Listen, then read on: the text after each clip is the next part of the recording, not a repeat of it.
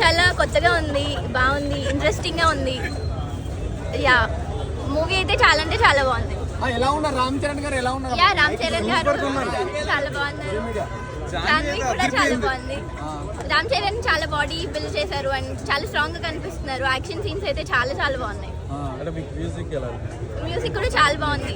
చరణ్ గారిని చూడడానికి అయితే స్క్రీన్ సరిపోదు, అంత అంత నీట్ గా అందంగా కనబడుతున్నారు చరణ్ గారు. పహిల్వాన్ సీన్ లో అయితే చరణ్ గారు కేక.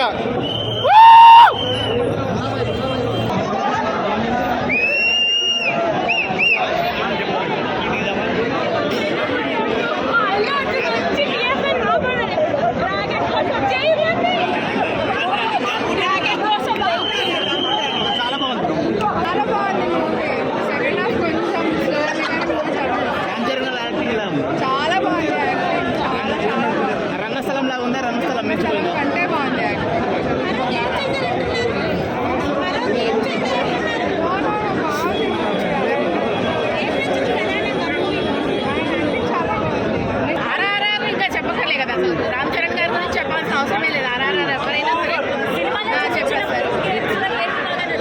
ఏదండి కుస్తీ పోటీ అసలు సూపర్. మనం అసలు ఏడ్ చేస్తాం అనమాట. ఇంకా అయినా చూస్తే ఎవరిదండి చరణ్ గారు చెప్పాను కదా. అసలు చరణ్ గారే అసలు ఫస్ట్ మెయిన్. చాలా అంటే చాలా బాగుంది, చాలా బాగా చేశారు అసలు చెప్పాలంటే. అసలు అసలు మేము ఊహించలేదు ఎంత బాగా చేస్తారని. అది చాలా బాగా చేస్తారు. అసలు నేషనల్ అవార్డు అయితే ఇవ్వచ్చు, సినిమా కంటే ఇవ్వచ్చు గ్యారెంటీగా.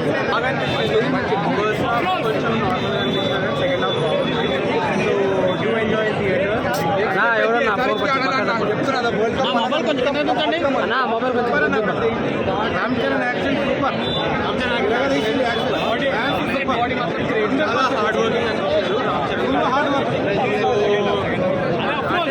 మూవీ పక్కన పెడితే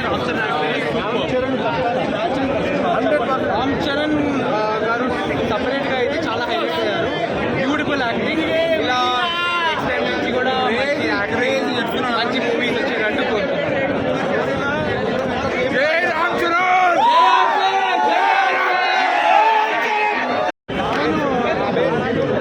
సినిమాటోగ్రఫీ ఎట్లా బాబు? బ్యాక్గ్రౌండ్ మ్యూజిక్ ఎట్లా అనిపించింది?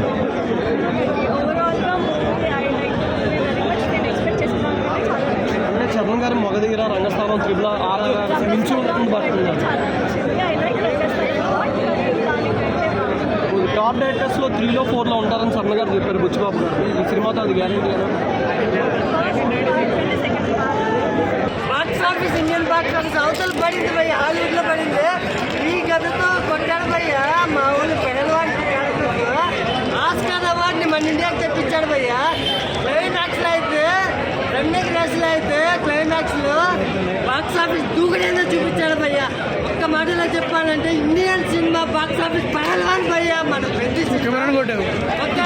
ఒక్క బాహుబలి, ఒక పుష్ప, ఇప్పుడు ఒక పెద్ద అంటే తాను తన్నేవాడంటే దాన్ని తొలదన్నేవాడు అంటారు భయ్య. ఇప్పుడు ఇండియన్ బాక్స్ ఆఫీస్ ని దురంధర్ బాక్స్ ఆఫీస్ ని మొత్తం షేక్ చేసే గొప్ప పార్టీ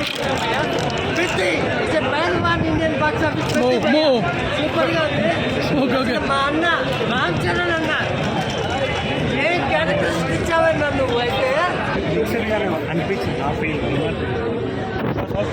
చాలా మంచి స్టెప్, చాలా మంచి యాక్టింగ్, చాలా చాలా బాగా చేయగలిగిన ఆయన పోర్షన్ వరకు ఆయన చూస్తున్నందుకు ఈ పోర్షన్స్ చాలా మంచిగా అనిపిస్తుంది. అంటే ఆయన కష్టం కనపడుతుంది, బట్ యాక్టింగ్ వైజ్ తెలుస్తుంది కదా మనకి. ఓన్లీ అంటే ఒక సినిమా కోసం ప్రతి హీరో కష్టపడకుండా అయితే ఎవరు సినిమా చేయాలి. బట్ నా ఒపీనియన్ ఏంటంటే మ్యూజిక్ అదిరిపోయింది, డ్యాన్స్ అమ్మేశారు. రామ్ చరణ్ గారి యాక్టింగ్ అంతకు మించి, అంటే అందరూ రంగస్థలంతో పోల్చుకుంటాం కదా, సో మేబీ ఆ లెవెల్ కాకపోయినా బట్ యాక్టింగ్ చాలా బాగా చేస్తుంది. సెకండ్ హాఫ్ ఓకే, కొంచెం స్లోగా ఉన్న సినిమాలో అయితే కొంచెం బాగుంటుంది. బాగా హైలైట్ ఉంటుంది. ఐడెంటిటీ కోసం ఎలా ఫైట్ చేస్తాడో అంత సినిమాలో ఉంటుంది. మ్యాక్సిమం చూడొచ్చు ఫ్యామిలీ ఎమోషనల్ గురించి ఎమోషనల్స్ బాగుంటాయి. ఫస్ట్ హాఫ్ ఇంటర్వల్ బ్యాంక్ దగ్గర బాగుంటుంది, సెకండ్ హాఫ్ ఫినిషింగ్ కూడా బాగుంటుంది. స్లోగా అన్నా సరే సినిమా అయితే హైలైట్గా ఉంటుంది. సినిమా అంతా బ్లాక్ బాస్టర్. ఎమోషనల్ లా ఉందండి. స్పిరిట్ మొత్తం స్పోర్ట్స్ స్పిరిట్ గురించి ఎలా స్పోర్ట్స్ మొత్తం అంటే మ్యాక్సిమం ఒకవేళ స్పోర్ట్స్లో మనం ఏమైనా చేయలేకపోయినా సరే వేరే ఆప్షన్ ఉంటుంది, మనం దాంతో ఆగిపోకూడదు, ఇంకా ముందుకు వెళ్ళాలని చెప్పి ఇంకా చాలా ఛాన్సెస్ ఉంటాయని సినిమాలో చూపించాడు. ఒక ఐడెంటిటీ కోసం బాగా చూపించాడు. మొత్తం ఓవరాల్ రేటింగ్ 4 ఇవ్వచ్చు. బాగా మంచి పెర్ఫార్మెన్స్ ఇచ్చాడు. చింతపండుతో పులిహార చేద్దాం అనుకుని నిమ్మకాయ పిండేశారు బుచ్చిబాబు గారు బేసిక్గా అది జరిగింది. సో ఫస్ట్ హాఫ్లో అన్నెసరీ ఎలిమెంట్స్ చాలా ఉన్నాయి, ల్యాగ్ అయిపోయింది ఫస్ట్ హాఫ్. అసలు స్టోరీలోకి వెళ్ళడానికి గంటన్నర తీసుకున్నారు. లాస్ట్ 20 నిమిషాలు ప్రీ ఇంటర్వెల్ దగ్గర కొంచెం స్టోరీలోకి వెళ్ళారు, కాన్సెప్ట్ ఏంటి, స్టోరీ ఏంటి అప్పుడు చెప్పారు. అప్పటి వరకు అన్నెసరీ ఎలిమెంట్స్ అవన్నీ. అసలు క్రికెట్ ఎందుకు ఆడిపించారో మన రామ్ చరణ్ గారితో నాకు ఇప్పటికీ అర్థం కాని క్వశ్చన్. అసలు క్రికెట్ ఎందుకు ఆడిపించారు? సరే అన్ని స్పోర్ట్స్ ఆడిపించేద్దాం అని చెప్పి ఆడిపించారు. క్రికెట్